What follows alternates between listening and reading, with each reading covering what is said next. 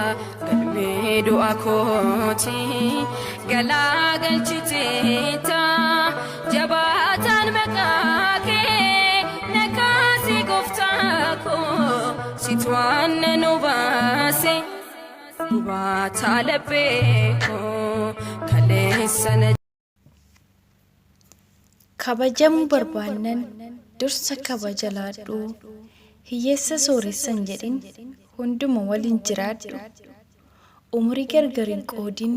daa'immaniifis bakka kenni kan bonni gogseyyuu deebisee jissa ganne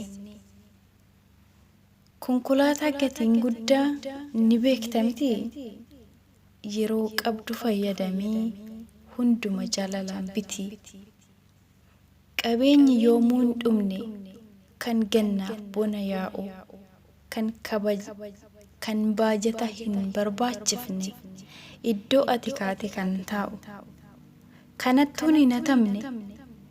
kan dulloomes hin caccabne jaalala hundaaf kenni hundarraayyuu fudhadhu jibbaan boqonnaa of hin dhoorgin jaalalaan haara galfadhu kan gaafa rakkoo si baraaru kan hundumtuu si gargaaru yoo dursitee jaalatte jaalatamuu dhiistee nama dhagaan si darbates yoo dhadhaa liqimsiiste seenaa dhugaa yoo dubbiste jaalleewwan warra durii markabaan galaana daakuu kan honneen hin qabne xurii mukni haga wal caaluun gaaddisa waliif ta'a namni garaa laafessis bakka yaade ni ga'a jaalala jechuun immoo hundumaaf gara laafudha nama hamtuu si yaadus ati toluma itti yaadudha jaalalli jaalaluma hiika biraa hin qabu kan samii irraa dhufe kennaa samii irraa dhufu achirratti waliin dhabu bara safuun cabe mirgi namummaa qawwee baay'een ofii jiraachuuf du'a obboleessaa hawwee afaan daa'imaa dubbatanii afaan damma dibatanii dhadhaa nama nyaachisa shiraaf shiriin wal utubaa duuban dhagaa sitti baachisa daandii dharaan diriirfame inni cubbuu fi kijibaa yeroo bobbaatu miti wayita galtu si dhiba ofii dharaan barooda yoo barooduun ammoo korma wanta keessaa hin baanetti maaf galchita morma maaf of dura qofa laaltaa akka gaarii fardaa gaafa guyyaan dhugaa dhufte waan deebistu dhabda dharri walitti tuulamee dhugaa jirus yoo huwwisu akka roobatti dhangala'ee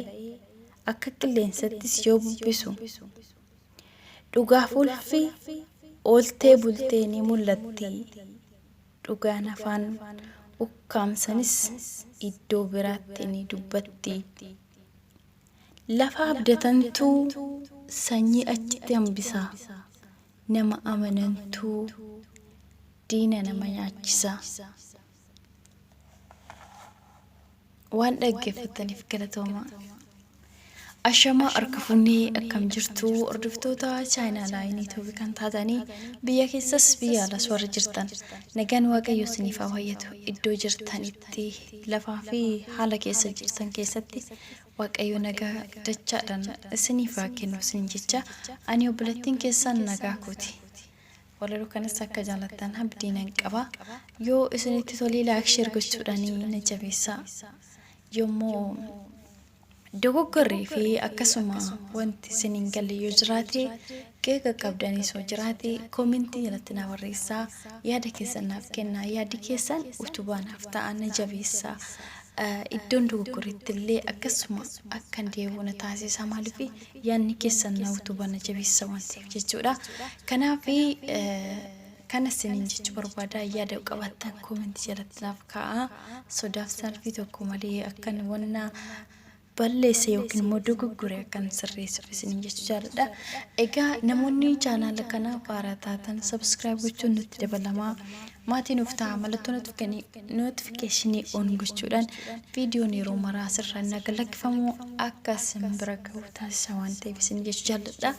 Namoonni duraan immoo maamila koo turtan akkasuma laayik sheer gochuun yaada adda addaatiin kan na deeggaraa turtanii galatoomaa ulfaadhaa isin jechu jaalladha. Ammallee haaluma kanaan itti fufaa isin jechuu barbaada. Egaa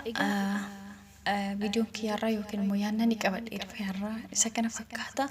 Kan si waliin turee ana Aynee Yuutuubidha. Turtii na waliin gootaniif hedduu isin galateeffadhaa ulfaadhaa. Iddoo jirtanitti nagaa hin dhabinaa. Nagaanaaf ta'a.